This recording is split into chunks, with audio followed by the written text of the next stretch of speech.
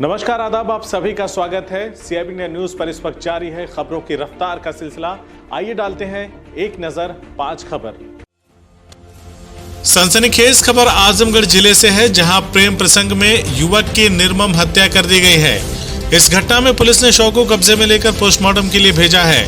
Maharajganj block में कप्तानगंज थाना क्षेत्र के परसमनपुर गांव में बारात आई हुई थी। इस बारात में आई नाच को देखने भीमराम पुत्र राम हरक भी पहुंचा था।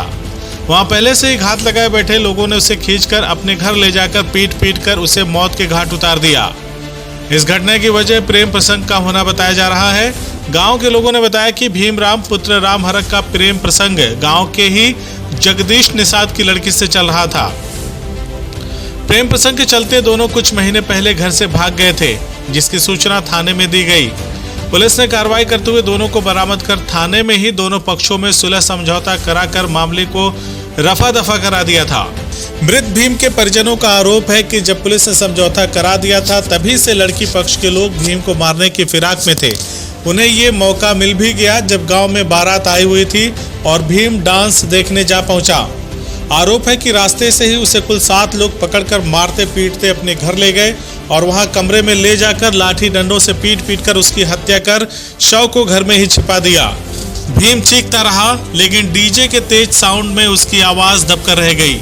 देर रात परिवार वालों को किसी तरह पता चला कि भीम को जगदीश निषाद के परिवार के लोग मारते पीटते अपने घर ले गए हैं।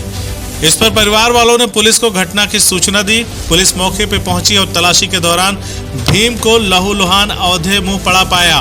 पुलिस ने तत्काल भीम को अस्पताल पहुंचाया, लेकिन तब तक बहुत देर हो चुकी थी। पुलिस ने शव को पोस्टमार्टम के लिए भेज दिया है। तहरीर के आधार पर मुकदमा पंजीकृत कर कार्रवाई शुरू कर दी गई है।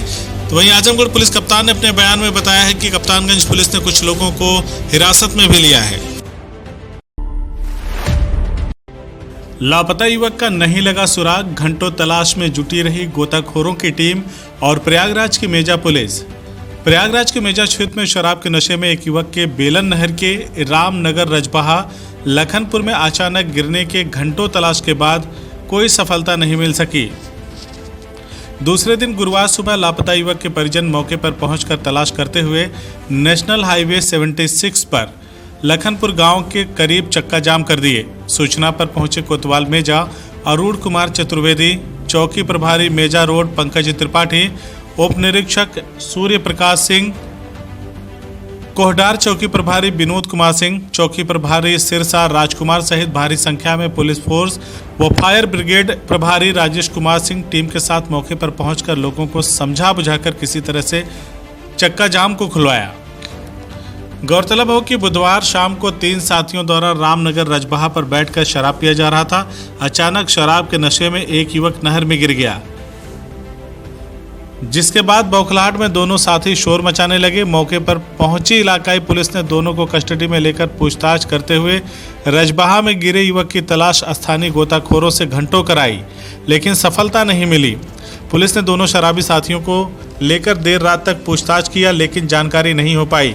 नाराज परिजनों का आरोप था कि कल रात में जब युवक घर पर नहीं पहुंचा तो वह सभी लोग लखनपुर गांव के करीब नहर के पास पहुंच करके युवक की तलाश किए और बरामदगी को लेकर चक्का जाम कर दिया।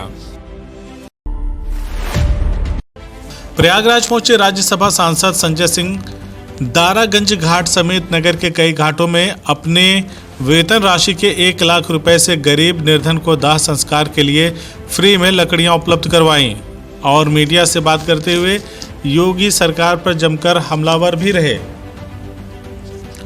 आम आदमी पार्टी के राज्यसभा सांसद उत्तर प्रदेश के प्रभारी संजय सिंह ने मीडिया से बातचीत करते हुए कहा कि पिछले कई दिनों से लगातार सोशल मीडिया में कई वीडियो चल रहे हैं कि प्रयागराज के गंगा घाट का, जिसमें आप लोगों ने देखा होगा कि कैसे गंगा घाट को कब्रिस्तान बना दिया गया है और कब्र खोदकर कैसे आवारा कुत्ते मृत शरीर को खा रहे हैं, जिसका जिम्मेदार सिर्फ और सिर्फ योगी आदित्यनाथ की सरकार है। लकड़ी की कालाबाजारी धड़ल्ले से चल रही है, जिस कारण गरीब निर्धन व्यक्ति अंतिम संस्कार नहीं करा पा रहे हैं और उन्हें मजबूरन दफनाना पड़ रहा है। अलीगढ़ में पिछले 2 दिनों से लगातार बूंदाबांदी और 24 घंटे से हो रही तेज बारिश के कारण थाना गांधी पार्क इलाके के अचल ताल स्थित प्राचीन अचलेश्वर मंदिर का एक बड़ा हिस्सा ढह गया, जिसमें मंदिर प्रांगण की कई देवी देवताओं की मूर्तियां भी साथ में ढह गई। इतना ही नहीं, मंदिर की बाउंड्री वाल से सटी हुई विश्व हिंदू परिषद कार्यालय का चबूतरा और छज्जा भी इस हादसे में टूट गया। सूचना मिलने के बाद मौके पर विश्व हिंदू परिषद के पदाधिकारी और कार्यकर्ता पहुंच गए, जिन्होंने हंगामा काटते हुए धरना प्रदर्शन शुरू कर दिया। वहीं कुछ देर बाद मौके पर बीजेपी की पूर्व मेयर शकुंतला भारती, कुल विधायक अनिल पराशर समेत तमाम हिंदूवादी एकत्रित हो गए।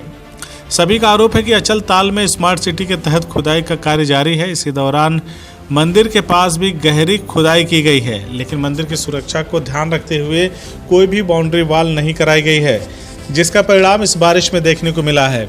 आरोप है कि घंटों बीत जाने के बाद भी नगर निगम या प्रशासनिक अधिकारी मौके पर नहीं पहुंचे, जबकि प्राचीन मंदिर में स्थित शिवलिंग के नीचे से भी मिट्टी खिसक चुकी है। हालांकि गनीमत यह रही कि कोई भी जनहानि नहीं हुई है। वहीं इस घटना के बाद प्रदर्शन के दौरान कोविड गाइडलाइंस को भी नजरअंदाज कर दिया गया।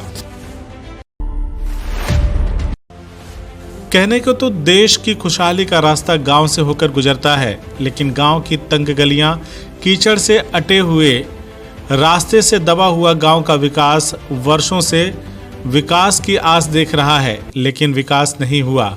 सरकारें भी बदली, गांव के प्रधान भी बदले, लेकिन गांव की बदहाली के रास्ते न बदलने से ग्रामीणों को आज भी कीचड़ से होकर ही गुजरना पड़ता है।